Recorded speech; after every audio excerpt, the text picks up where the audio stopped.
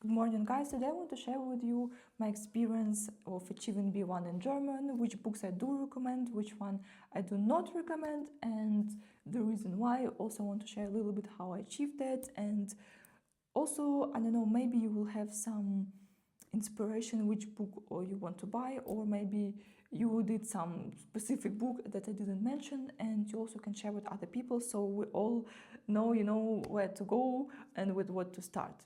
So I want to begin with Linie 1 from Klett. I like that here you have audios and videos.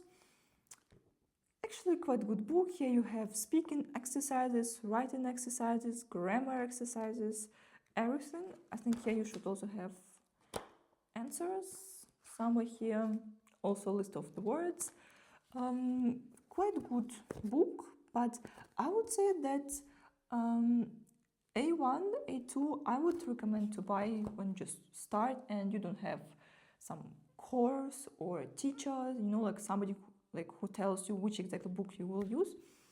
Because I have a feeling that from Klett, this Linie 1, it's more about everyday life.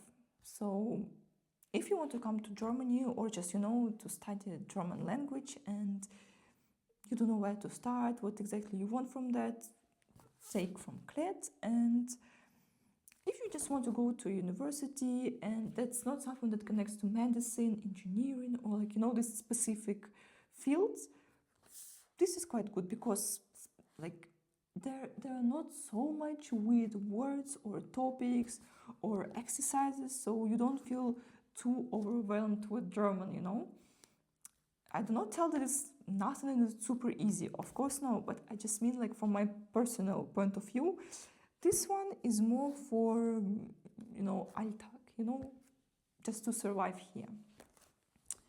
Next one I have Cornelsen, also B1, it's lays down as the first book. This one already is more for university, for work, and for specific fields. So here they train much more difficult words, specific, difficult words. I don't know, I had the feeling that this was a little bit easier than this, but just for you to understand, I've started my German with Klett A1, A2, and then I did Cornelsen, and then I did as B1 first this book, and then only I did this book. So that could be also a reason. But I don't know, I felt that this was more for everyday life, and this was more for job application, work. Yeah, so more I can't say that it's more serious, but you kind of get what I mean. Here you have also words, listening, lots of speaking exercises, grammar, list of the words. In the end you have a text description of every audio that you will have here. Not bad, but how I would recommend if you don't have a teacher or your teacher is open for, learning materials or, I don't know, you're basically free in the choice. I would go for A1, A2 from Klett, Linie 1, and B1, I would go for this one because I feel like after doing this book, you're a little bit more prepared for the exam than after those ones. I don't know, just my personal, preference. Next one, I would go for grammatic books because I feel like only those books are not enough. But, it's also depends on you what you want. But I would still recommend just buy at least one grammar book. And if you really decide, to buy only one book, or you plan to buy only one book, or in general you don't know where to start, from which book, and you're completely, lost, I would recommend to buy this one. It's a Grammatik Aktiv Cornelsen 1b1, really good. Here you have lots of writing exercises, grammar explanation. I have a feeling that it's also a little bit already as a B1 plus. I don't know, feels like that. But it's just a really good book. But the only thing that I didn't like here, that grammar explanations, they're so, small. And I feel like for me sometimes it's enough, but sometimes I don't have a whole idea. So I need to go to ChatGPT and ask him like, can you explain me what it is even? So that's the only minus in this book, that you have explanation, but it's just small, and sometimes it's like only book is not enough. But in general, quite good. In the end, you have the answers. Also, you have like listening texts, exercise, answers. Here you have also some speaking exercises, but I thought that they have. Anyway, I think that they have, but I just need to find it. Verbs and their forms. Yeah, it's really important in German, but no, I will find it.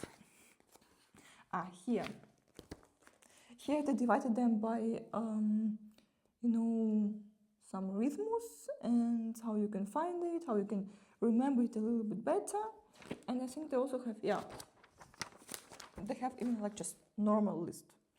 I would not recommend to learn everything from here because it would be a little bit too much, or you would be overwhelmed, and at some point you will just stop with German. Just find plus minus specific words that you always meet, or ask your teacher or ChatGPT which words he would recommend you to remember for the exam, and I don't know, in general for what you want, like work or university, and just remember those 50-70 words. Like you can do it a little bit later with the time, with months, like just slowly, because if you just start with your German, and then you know that like in the 5 months you have your DT set, and you're like, oh my god, so you're telling me that I need to learn all of these like 300 words. Of course you would be stressed, but if you know that, I need to learn some 70 words here, then some words from there, it's already a completely different story. So be a little bit more chill on yourself. Next one are, I will speak about this one. This is also from Cornelsen. It's B1+, but I would not recommend this book. Is it bad? No.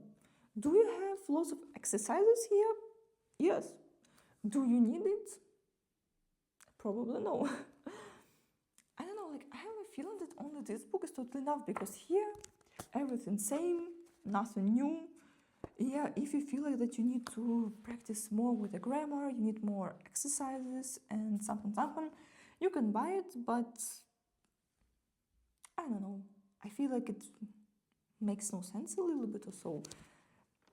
Nothing new, no new information, but again, I did it, I practiced everything here, so it was not bad. But if you're on a budget, and if you know that you can allow yourself to buy now only one book, or you can buy only one grammar book and want some extra other books, so for example one grammar, one some exam book, I would say buy one grammar and one exam book.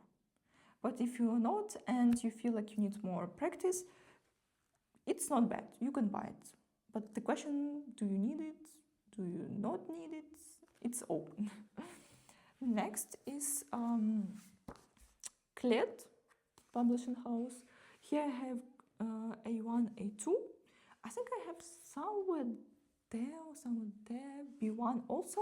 This I would also recommend to buy. It's quite good, but I would still recommend to start with this one and then already go for those ones, because as you see, here you have only one book for 3 levels, and of course like you don't have so much options of training or explanation, and they needed to do everything short and like so you will understand, but without overwhelming you. And here you have whole book only for specific levels, so here you already have a little bit more practice, a little bit more explanation, a little bit more options, and like for example, here it's like one page completely only for explanation. Then here some writing exercises.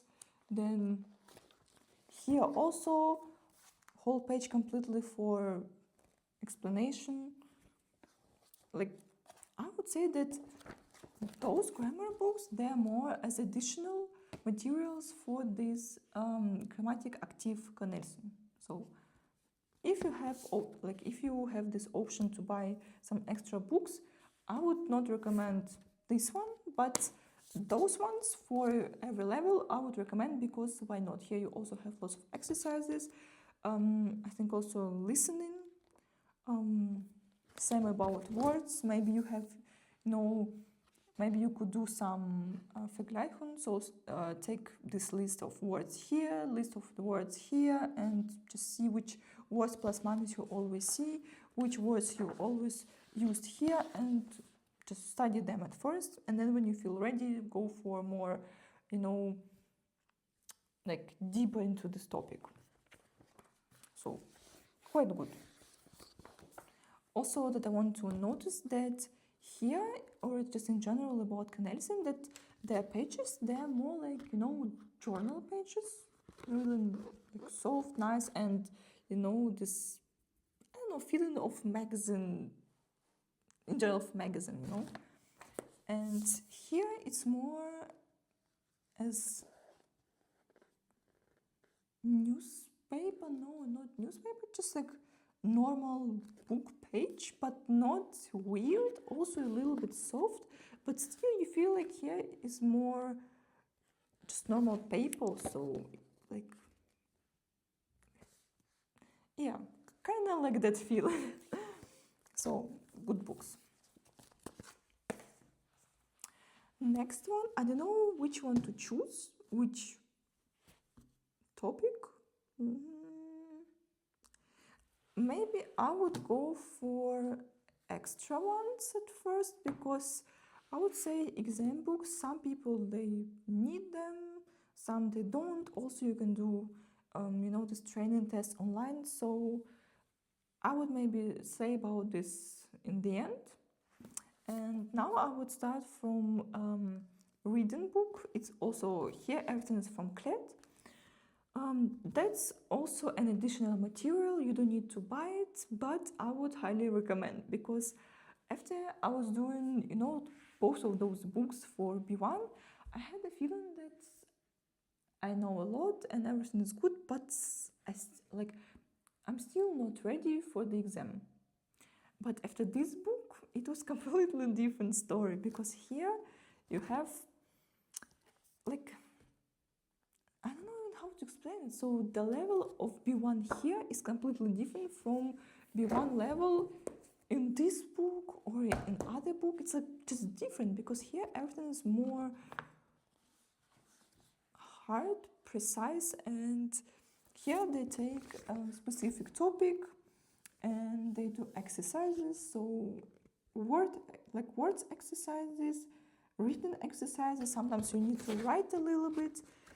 And but first couple lessons, it's more for grammar, for words, for understanding B1 level of this book. And I would say this B1 is introduction to DTZ B1.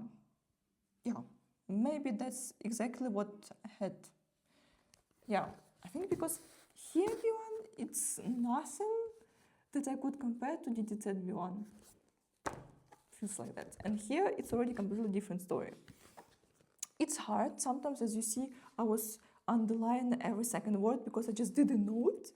And with the time, I feel like just guys, for you to understand, in the beginning, I was crying. I was like, oh my God, I don't want this B1 for words. It's so hard. I would not pass it. It's so hard. And my mood was super down. I was lost. But after, I would say, half of this book, I was already, everything would be fine, everything would be good. I know plus minus everything.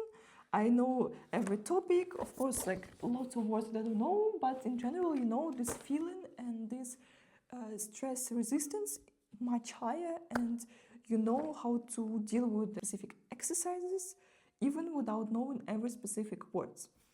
But so I went to a Sprachschule, and our teacher, she always said, yeah, do those exercises. She said exercises without translating, without everything. So even if you don't know, it's okay.